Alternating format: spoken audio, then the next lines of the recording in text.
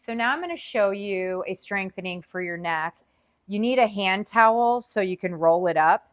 And then that's just a nice support. And that's just a cheap and easy way to get some support for your neck. And just in a minute, I will show you how to do some for your low back too. But we're going to lay on our back or on the bed. If your couch is firm, you can do it there too. And you just want to relax, have a good support on your neck. And this is when people say, Dr. Wagner, what should my pillow be like? It needs to be this much support and comfortable. So however you can do that, that's great.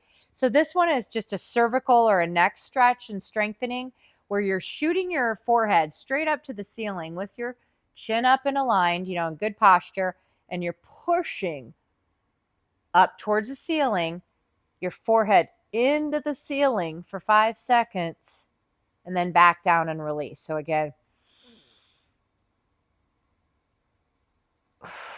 and try not to lift your head off the couch. And just releasing. Hopefully you guys get the idea. It's really just an isometric strengthening thing. And isometrics is where there's little motion. Unlike the gym that's isotonic, you're going to really use very little motion, holding. While we're here, let me show you one that's one of my favorites from the clinic over the last 20 years. And it's helped a ton of my patients, over 7,000 people that I've taught this to, probably at least, have said it's really helped their low back. And it's stopped them from getting hurt. So this is, I call it tabletop. It's just where you keep your knees and your ankles up in a 45 degrees. So you want to be straight up and then 45 degrees.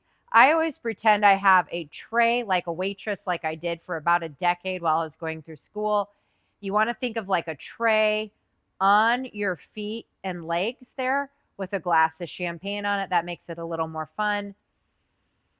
And don't forget to breathe. And if you can hold that for about 15 seconds and then part your legs and then gently go down, don't ever drop down, flop down. That can really strengthen the low back. And over time, you can do what I call toe touches at the office, where you just gently go up and down while breathing good. So these, although it's a strain for me right now because I need to work on my low back and core, wow, you will really feel it on those. And that's one of my most outstanding, and definitely you can take to the bank some of the stretches and the strengthening that I've taught you for your neck and your low back. They will help.